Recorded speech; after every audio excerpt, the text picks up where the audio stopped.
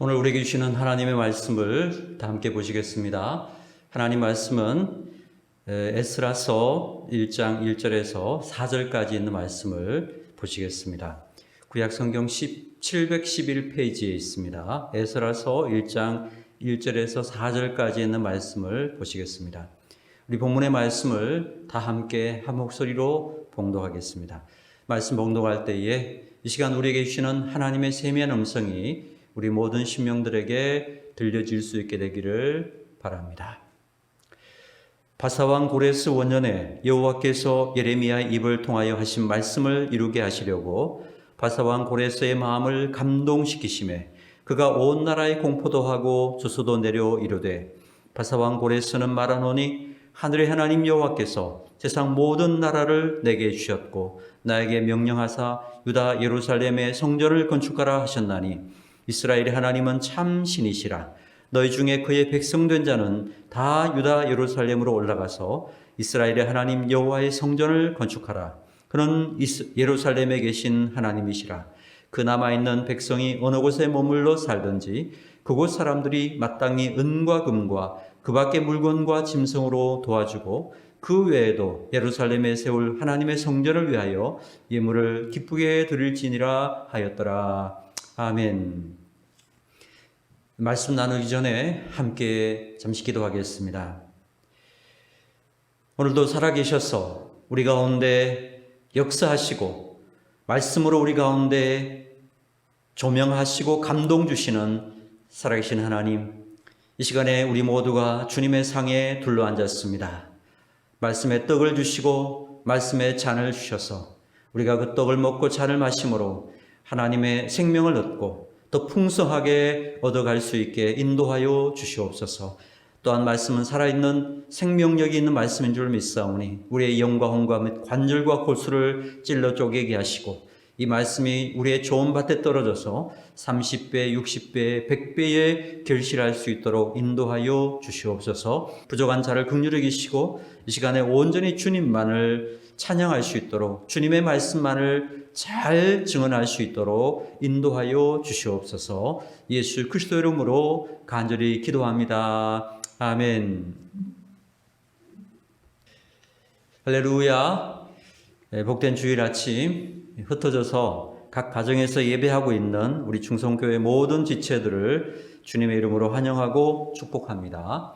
우리 예배를 통해서 하나님이 주시는 생명으로 말미암아 우리의 마음과 몸 그리고 우리의 영혼까지 새롭게 되는 하나님의 큰 은혜가 임하게 되기를 주님의 이름으로 축원합니다. 우리 옆에 계시는 예배하는 분들 활짝 웃으면서 한번 축복하며 인사합시다. 주님 안에서 늘 새로운 피조물 되십시오. 인사하시 바랍니다. 주님 안에서 늘 새로운 피조물이 되십시오. 저는 오늘 본문의 말씀 가지고 에스라 강의 세 번째 시간으로 예배의 회복은 역사의 시작이다. 예배의 회복은 역사의 시작이다 라는 제목으로 하나님 말씀 전가하도록 하겠습니다. 우리는 지난 시간에 역사의 주인이신 하나님에 대해서 함께 말씀을 나누었습니다. 하나님께서 역사를 주관하시고 역사를 움직이신다라고 하는 것은 성경이 우리에게 가르쳐 주시는 아주 분명한 메시지인 것입니다. 예레미야 선지자를 통해서 하신 그 말씀을 이루게 하시려고 70년 포로 생활을 끝난 다음에 하나님의 때가 되니까 하나님이 고레스의 마음을 휘저으셔서 그 마음을 감동시키셔서 스토어업 하셔서 그에게 고레스 칙령을 내리게 하시고 그래서 유대인들을 다시 돌려보내는 하나님의 역사를 이루게 하시더라라는 것입니다.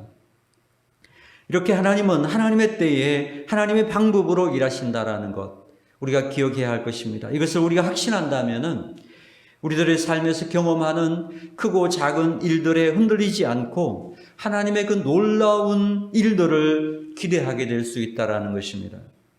역사해 주신 하나님께서 오늘도 역사를 움직이시고 휘저으시고 하나님의 뜻을 이루고 가고 계시는구나. 그것을 우리가 확신할 때에 그리고 나아가 그 하나님이 나의 하나님, 그 하나님이 우리의 하나님이 되신다는 것을 우리가 자랑스럽게 얘기해 될 수 있도록 그 하나님이 오늘도 역사하고 계신 것을 확신할 때에 우리의 마음은 담대함을 얻게 될 줄로 믿습니다. 우리 모든 지체들이 그 하나님을 인정하고 그 하나님을 온전히 의지할 수 있는 귀한 종들이 되기를 주님의 이름으로 축원합니다. 자, 오늘 본문에는요, 하나님께서 역사를 주관하시고 이 역사를 움직여 나가실 때에 그 시작을 어떻게 하시느냐, 역사를 움직이시는 그 출발이 무엇냐라는 것을 보여주고 있다라는 것입니다. 하나님께서 역사를 움직이시기 시작할 때는요, 하나님의 백성들의 예배가 회복되고 새롭게 되기 시작한다. 오늘 본문 말씀에서 우리들에게 보여주고 있는 메시지라는 것입니다. 우리 다 같이 다시 한번 2절 말씀을 읽겠습니다. 2절 말씀 같이 읽겠습니다. 시작. 바사왕 고레서는 말하노니 하늘의 하나님 여호와께서 세상 모든 나라를 내게 주셨고 나에게 명령하사 유다 예루살렘에 성전을 건축하라 하셨나니. 자, 예루살렘에 성전을 건축하라. 이 말씀을 오늘날로 말하면 어떤 겁니까? 예배를 회복하라. 이 말씀으로 우리가 해석할 수 있다는 것입니다. 자, 우리가 어떤 현상이 일어날 때, 어떤 일이 시작될 때에 그 일이 본격적으로 시작되기 전에 어떤 전조가 보이지 않습니까? 예를 들면 지진이 일어나기 전에 전조들이 있습니다. 쓰나미가 오기 전에 전조가 있습니다. 전쟁이 일어나기 전에 어떤 전조가 있습니다. 마찬가지로 하나님께서 일하시고 하나님이 역사하시기 시작할 때에 어떤 전조가 나타나는 어떤 현상이 있다라는 거예요. 영적 현상이 있다라는 겁니다. 그게 뭐냐? 바로 예배가 회복되기 시작한다라는 것입니다. 갑자기요, 예배에 대한 목마름이 생기고요, 예배를 기대하고요, 예배가 뜨거워지고요, 예배를 통해서 새롭게 되고요, 예배를 통해서 하나님의 충만함을 누리게 될 수 있게 되는 변화가 찾아오게 된다는 것입니다. 변화가. 자, 이런 영적 현상들이 일어나게 되면 하나님께서 일하시겠구나, 이제 하나님께서 역사하시겠구나, 이것을 깨달아야 된다는 것입니다. 아마 믿음 생활을 오래 하신 분들은 경험해 보셨을 것입니다. 어떤 미래에 어떤 일들이 일어나기 하기 전에 보면 꼭 일어나는 전조 현상이죠. 갑자기 예배가 뜨거워지고 예배를 사모하게 되고 예배를 그리워하고 또 기도하는 사람들이 많아지고 그 중에 하나님의 만지심이 있고 믿음의 역사들이 막 일어나는 거예요. 그러면 우리는 기대하게 된다는 것입니다. 이제 하나님이 감동하시고 하나님께서 휘젓는 그런 일들이 일어나겠구나. 놀라운 일들이 이제 시작이 되겠구나. 여러분, 우리 가정도 마찬가지입니다. 여러 가지 우울하고 힘든 일이 많고 침체되어 있는 그런 가정이지만 하나님께서 역사하기 시작하는 것을 보면은요, 그 힘들고 어려운 상황 속에서요, 예배가 회복되기 시작한다는 거예요. 가족 구성원들이 서로 격려하고요, 서로 마음을 모으고요, 그 마음이 새로워지고 그렇게 하면서 점점 우울과 불안이 물러가면서 하나님의 평안과 하나님의 기쁨이 충만케 되는 그런 일들이 일어난다라는 거죠. 그런데 그 시작은 바로 예배의 회복에 있다라는 것입니다. 제 짧은 인생 가운데도 보면요, 그것을 저는 경험한 적이 있습니다. 제가 중학교 시절에 하나님을 믿지 못하고 이 진화론의 흑우에 빠져서 방황하고 있었을 때에 하나님께서 저의 삶에 역사하기 시작한 것, 하나님이 저의 삶을 휘젓고 일하기 시작한 것이 무엇이었느냐? 바로 예배의 회복이부터 시작되었다라는 것입니다. 저 예배가 그렇게 싫었거든요. 예배하는 게 그렇게 싫어서 지겹고 힘들었어요. 그래서 항상 가장 뒷자리에 앉아있고 안 가면 야단 맞고 그러니까 어쩔 수 없이 가기는 가는데 너무너무 따분하고 힘든 거예요. 그런데요, 그렇게 싫었던 예배가 어느 날부터 좋아지기 시작하는 거예요. 좋아지기 시작하는 거예요. 토요일이 되면 빨리 주일이 오기를 기다리면서 설레는 마음으로 저녁에 막 잠을 자는 거예요. 빨리 주일이 와서 예배드리면 좋겠다. 주일을 기다리기 시작하게 되었다라는 것입니다. 또요, 예배 시작하면 예배 제일 앞자리 가서 앉기 시작했어요. 자, 이렇게 예배를 사모하고 예배의 회복이 일어나게 되면서 제 삶의 변화도 일어났는데, 제가 마침내 중학교 3학년 겨울방학 때 예수님을 구세주와 주님으로 영접하고 예수님을 제 마음에 모시고 예수님으로 말미암아 구원받고 중생하는 그러한 놀라운 기적을 체험하게 되었다라는 것입니다. 그 회복의 역사의 시작으로 지금 제가 충성교회 목사로서 사역하고 있는 것입니다. 예배의 회복, 예배의 그 회복, 거기서부터 시작이 된다라는 것입니다. 저는 우리나라 대한민국에 있는 교회들의 부흥도 마찬가지로 생각합니다. 역사적으로요, 1907년에 평양 대부흥 운동이 있었습니다. 선교사들을 통해서 복음이 먼저 전해진 것은요, 남한보다 북한이었습니다. 북한 평양에 복음이 들어갔는데 1907년에 평양 산정년교회라는 곳에서 1월 2일부터 15일까지 부흥회가 열렸습니다. 그때 참가했던 그레햄 리라고 하는 선교사는요, 이렇게 그때의 사건들을 적고 있습니다. 나는 전에 그와 같은 예배에 참여해 본 적이 없었다. 하나님의 영이 문자적으로 우리에게 임했고 우리 모두는 울부짖으며 우리들의 죄를 고백할 뿐이었다. 그것은 마치 하나님께서 거슬리거나 죄의 원인이 되는 모든 것을 우리 공동체에서 정결하게 하시려는 것처럼 보였다. 하나님의 영이 문자적으로 그대로 임하는 것을 봤다는 거예요. 그들의 식어진 가슴에 다시금 불이 붙는 놀라운 일들이 예배 중에 일어나기 시작하더라는 것입니다. 예배의 회복, 이것이 한국교회의 부흥의 시작이었다는 것입니다. 여러분, 초대교회 역사를 보십시오. 사도행전 2장에도 보면 예수님의 성천하신 후에 120명의 성도들이 마가의 다락방에 모여서 간절히 기도했습니다. 오순절에요, 성령님이 강림하신 후에 어떤 일이 일어났습니까? 온 유대와 사마리아와 땅끝까지 이르러 예수 그리스도의 증인이 되고 세계 복음화에 놀라운 역사들이 일어나는 그 시작점이 무엇이었습니까? 바로 예배의 회복이죠. 예배의 회복. 초대교회의 예배가 회복되고 성령께서 역사하기 시작한 그 놀라운 역사가 오늘 우리가 묵상하고 있는 이 에스라서에 그대로 또 나타나고 있다는 거예요. 포로로 잡혀서 종살이 하다가 70년 만에 포로에서 자유함을 얻어서 이스라엘로 돌아오게 되고요. 이제 예배가 시작되고요. 놀라운 영적인 회복의 역사가 이 에스라를 통해서 이루어지게 되는 것을 우리는 이제 이 에스라서를 통해서 읽게 될 것입니다. 저는 간절히 원합니다. 우리가 이 에스라, 느헤미야의 말씀을 나누는 중에 혹은 끝날 때쯤에 지금 우리를 얽매이고 있는 이 코비드-19, 우리를 얽매이고 있는 이 코로나19의 사로잡힘에서도 우리 모두가 다 자유하게 되기를 소망합니다. 하나님의 도우심으로 인해서 우리의 묶인 것들이 다 풀려지고 억눌린 것들이 다 떠나가고 참 자유와 해방이 우리 가운데 선포되는 놀라운 일들이 또한 있게 되기를 주님의 이름으로 축복합니다. 자, 그러므로 우리가 이럴 때일수록 더 힘써야 될 것이 무엇이겠습니까? 바로 예배하는 것입니다. 비록 우리가 여러 상황 때문에 함께 모여서 예배하지는 못하지만 예배는 함께 모여서 드리는 예배만 예배가 아니라는 것입니다. 함께 모여서 드리는 예배도 있고 흩어져서 각자의 삶으로 드리는 예배도 있다라는 것입니다. 로마서 12장 1절에 보니까 그러므로 형제들아 내가 하나님의 모든 자비하심으로 너희를 권하노니 너희 몸을 하나님이 기뻐하시는 거룩한 산제물로 드리라. 이는 너희가 드릴 영적 예배니라. 원래 제물이라고 하는 것은요, 죽여가지고 그것을 쪼개서 불에 태워서 드리는 것입니다. 그런데 우리 몸을 거룩한 산제물로 드리라는 것은 무슨 뜻이겠습니까?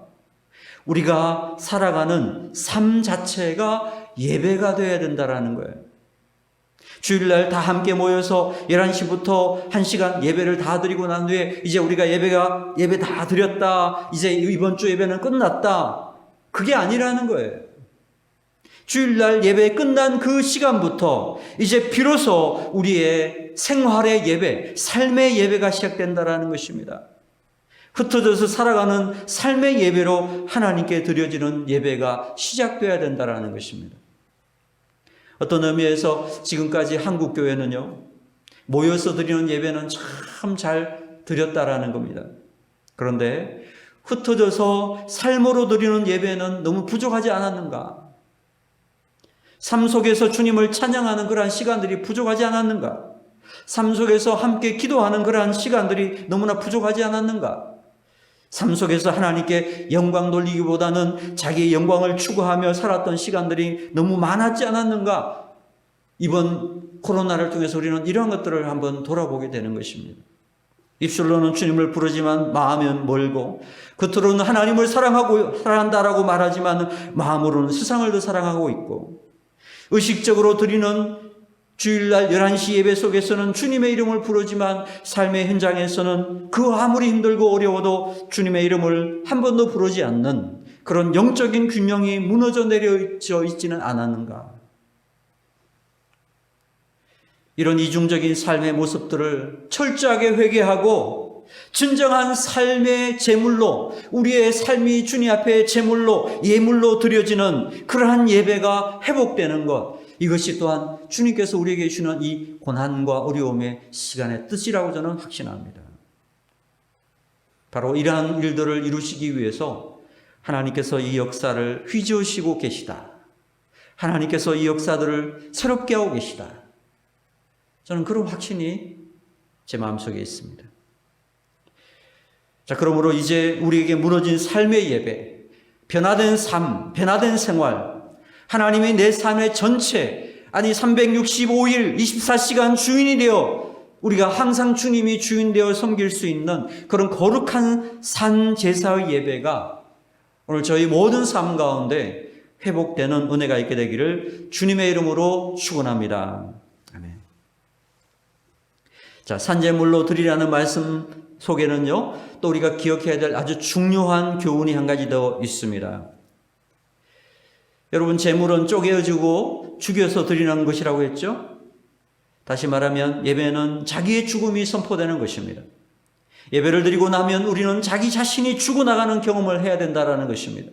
옛사람이 죽고 이기주의가 죽고 교만함이 다 깨어지는 그러한 경험들이 일어나야 된다는 것입니다. 그래서 우리가 예배 끝나고 나면 곳곳에 자기의 죽은 그러한 흔적들이 우리 곳곳에 있어야 된다는 것입니다. 자, 여러분, 이런 예배가 회복이 되기 시작하면요, 아주 신기한 현상이 일어나요. 그게 뭔지 아십니까? 교회에 가면요, 더 이상 사람이 보이지 않기 시작한다라는 거예요. 뭐 눈이 멀어져서 뭐가 안 보인다 이런 뜻이 아닙니다. 우리 예배가, 진정의 예배가 회복이 되면요, 만나는 사람들이 보이기는 하겠죠. 그렇지만 그 사람들은 작게 보이고 오직 예수 그리스도만 크게 보이기 시작하는 신기한 현상이 있기 시작한다라는 것입니다. 하나님이 크게 보여요. 예수님이 크게 보여요. 사람은 작게 보여요. 문제는 작게 보여요. 상황은 작게 보여요. 내 어떤 문제는 작게 보인다는 것입니다. 그리고 예수님을 만나기 시작하는 것입니다. 하나님의 형상이 새겨져 있는 그러한 예수 그리스도의 사람들과 교제하고 그 속에 있는 하나님의 형상을 바라보게 되기 시작한다는 것입니다. 그러니까요, 정말 우리가 예배가 회복되면 교회에 가서 사람들 때문에 시험받는 일은 더 이상 없다라는 것입니다. 왜 그렇습니까? 오직 주님만 보이니까요. 그리고 주님의 형상이 들어있는 사람만 보이니까 그럴 것입니다. 오직 예배만 보이는 그런 새로움이, 주님만 보이는 그런 새로움이 일어나게 된다라는 것입니다. 이것이 진정한 예배의 회복이고 거룩한 산제물로 드린다라는 의미라는 것입니다. 여러분, 시험에 들 때가 언제입니까? 예배를 갔는데 주님은 안 보이고 사람만 크게 보일 때 우리는 시험에 들게 되는 것입니다. 교회에서 사람만 보이면 시험 드는 것입니다. 여러분, 시험 들어서 낙심하고 지쳐 쓰러지는 그런 영혼들의 특징이 뭐죠? 항상 사람만 보여요.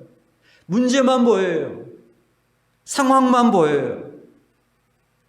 그러니까 지치고 쓰러지고 낙심할 수밖에 없다라는 것입니다.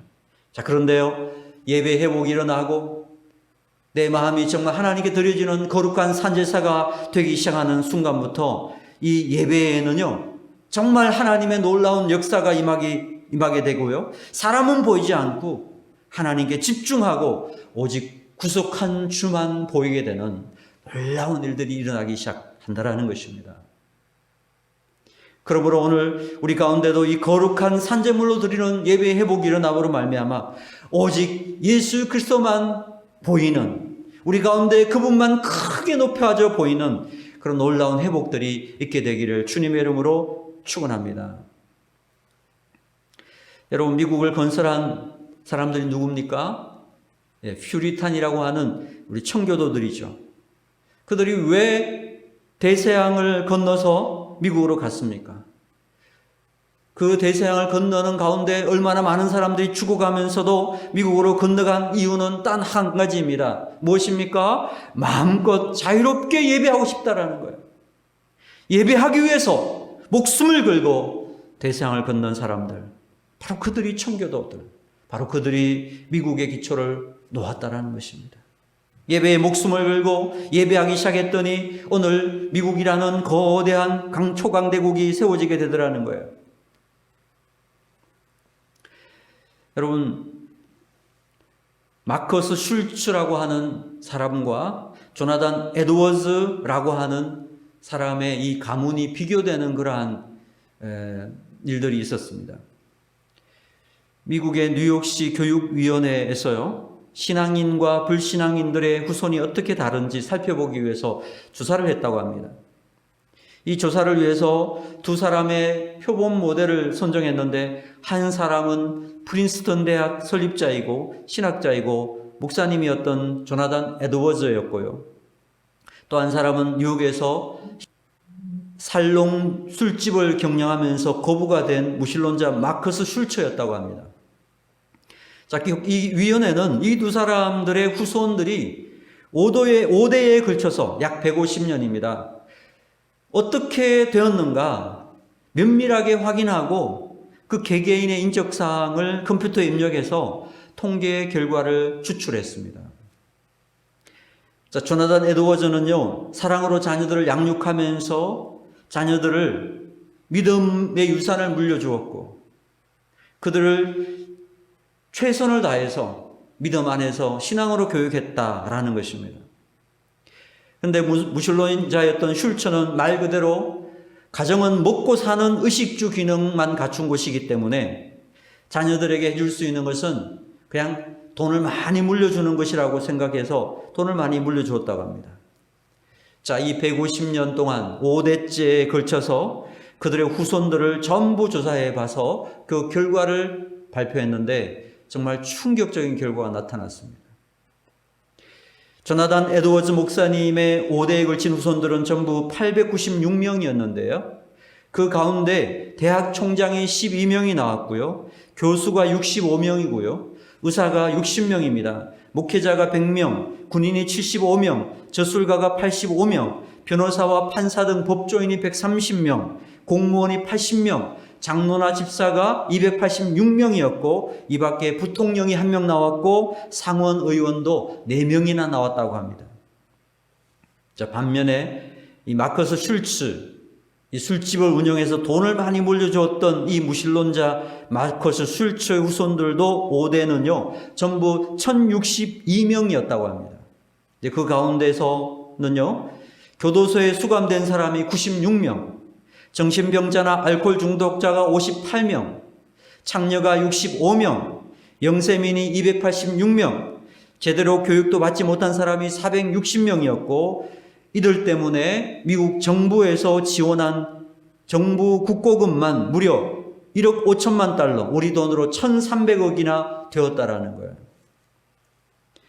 여러분, 이것은 성경에 나온 인물의 이야기가 아닙니다. 150년 전에 미국에서 살았던 두 가문을 비교한 이야기라는 것입니다. 두 가문의 이러한 격렬한 결과의 차이가 어디에 시작되었습니까? 한 가정은 믿음을 가지고 예배에 목숨을 걸고 하나님밖에 없습니다. 하나님만이 구원이십니다. 하나님을 의지하며 살았던 그 사람이고, 또 한 사람은 돈만 믿고 하나님 무시하고 그렇게 살았던 그 차이가 150년이 흐르니까 엄청난 차이, 충격적인 차이가 나타나게 되더라는 것입니다.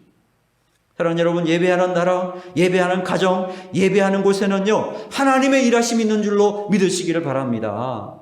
저는 우리 중성교회 모든 지체들 가정마다 이렇게 하나님을 온전히 신뢰하고 하나님께 마음을 다하는 예배, 산재물로 자신을 드리는 예배를 통해서 하나님의 도우심으로 말미암아 이 모든 것들이 회복되고 새롭게 되고 충만하게 되고 조나단 에드워즈 같은 그러한 놀라운 신앙의 명문 가문으로 하나님께 쓰임받게 되기를 주님의 이름으로 축원합니다.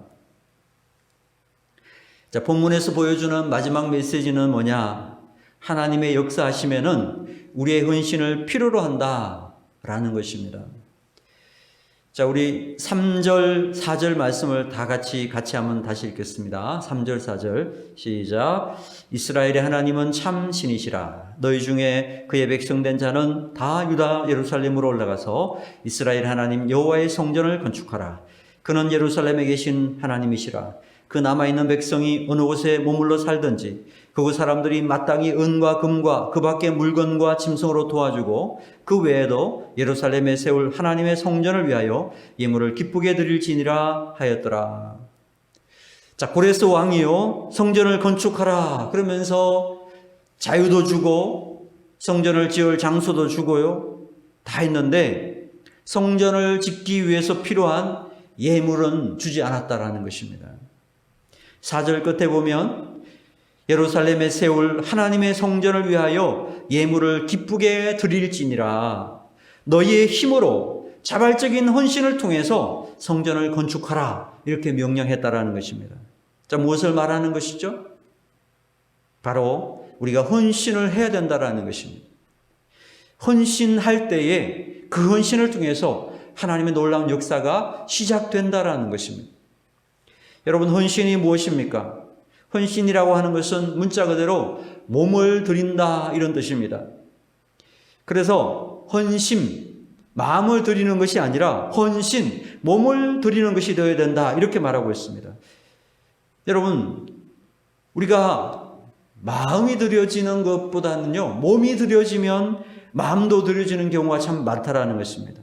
그래서 몸이 드려질 때 마음도 움직이게 된다 이런 말이 있습니다. 그래서요 요즘 보면 인터넷으로 우리가 영상으로 예배를 하고 있는데 정말 주의해야 할 것이 뭐냐면 예배를 이렇게 마음으로만 드리고 헌신을 하지 않는 그런 위험에 빠질 가능성이 있다는 거죠. 여러분, 헌신이 없으면 아무런 능력과 변화가 일어나지 않을 수 있다는 것입니다. 아무리 설교를 많이 듣고 아무리 성경을 많이 읽고 그렇게 한다 하더라도요 우리의 몸으로 헌신하는 시간들이 없을 때, 몸으로 헌신하고 몸으로 순종하지 않을 때 어떠한 변화도 일어나지 않을 수 있다는 것입니다. 자, 오늘 본문은요 그 옛날 이스라엘이 출애굽을 할 때에 광야에서 성막을 지었습니다. 그때 많은 번물을 주님께 헌신한 적이 있습니다. 이스라엘 백성들이 다 자기 집에 있는 금은 보화를 가져와서 성막을 짓는 일에 내어놓으면서 하나님께 헌신을 한 적이 있는데요.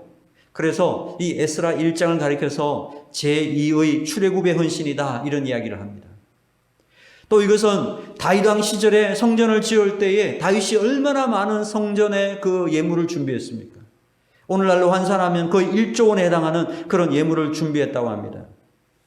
그래서 에스라 1장을 가리켜서 제2의 다윗 시대 이렇게 말을 하기도 합니다. 자, 공통점이 뭐죠? 출애굽의 시대나 다윗의 시대 그리고 이 에스라의 시대를 보면 모두가 다 자발적인 헌신이 있었다라는 것입니다. 자발적 헌신이 있을 때에 거기에서 놀라운 능력이 나타나고 하나님의 영광이 드러나지게 되더라는 것입니다. 자발적 헌신, 헌신이 중요해요.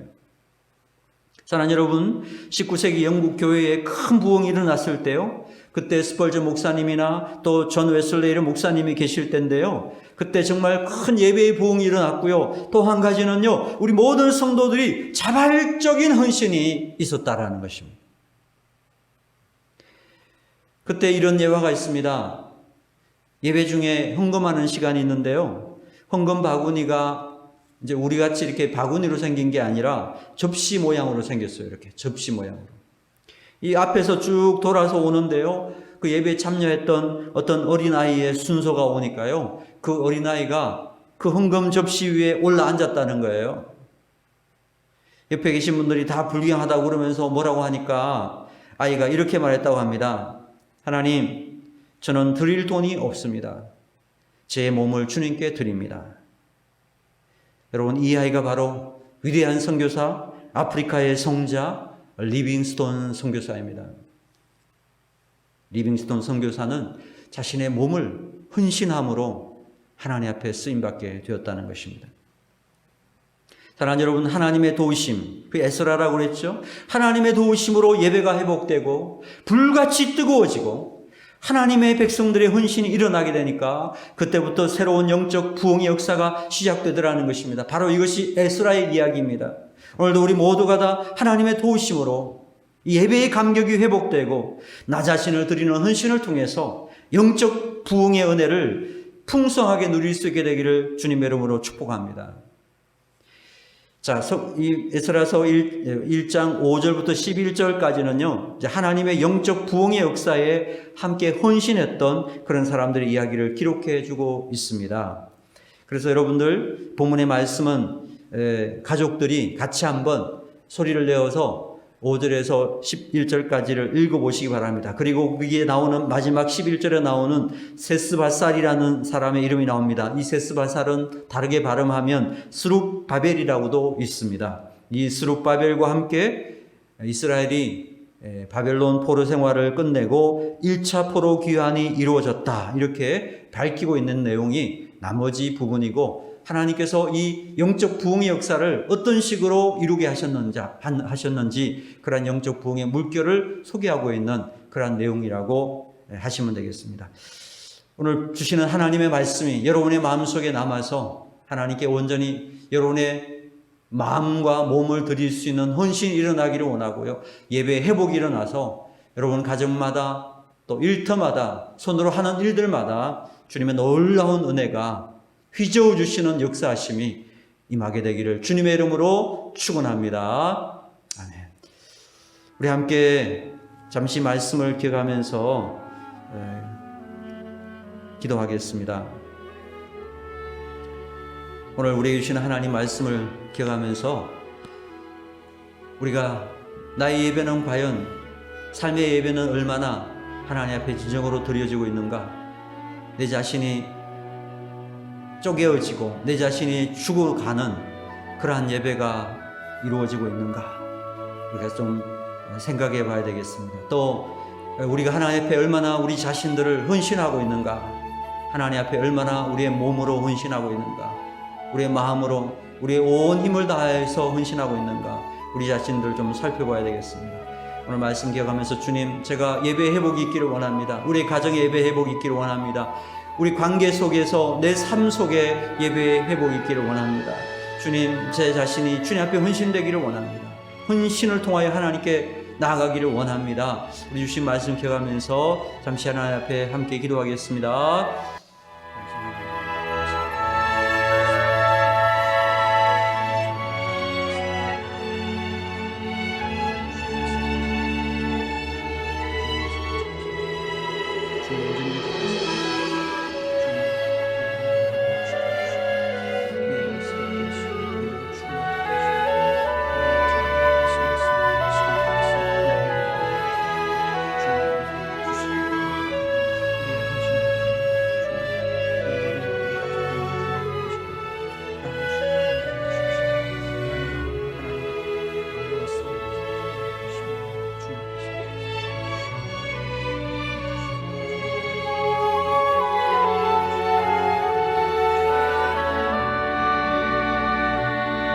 살아계신 하나님, 오늘도 귀한 말씀 통하여 우리 영혼을 일깨워 주시니 감사합니다. 주님 주신 말씀을 마음에 새기고 하나님, 우리의 삶 가운데 아직도 회복되지 못한 예배의 어두운 부분이 있다면 오늘 말씀을 통하여 우리의 모든 예배를 주님의 영광으로 충만하게 새롭게 되게 도와 주시옵소서. 예배를 회복시켜 주시고 우리의 모든 마음속에 있는 어둠들 다 물리치고 주님 주시는 예배로 말미암아 충만함을 누릴 수 있게 인도하여 주시옵소서. 또한 하나님의 거룩한 역사 앞에 우리 자신들을 헌신하며 나갈 수 있게 도와주시옵소서. 주님 앞에 헌신함으로 말미암아 주님께서 베풀으시는 그 놀라운 은혜들을 우리 모두가 다 누릴 수 있도록 인도하여 주시옵소서. 각 가정마다 또 우리 모든 관계 속에 일터에서 손으로 하는 모든 일 위에 주님이 함께하여 주셔서 예배 회복과 함께 놀라운 부흥의 역사, 하나님의 휘저으시는 역사, 하나님의 도우심의 역사가 함께하여 주시옵소서. 예수 그리스도 이름으로 간절히 축복하고 기도합니다. 아멘.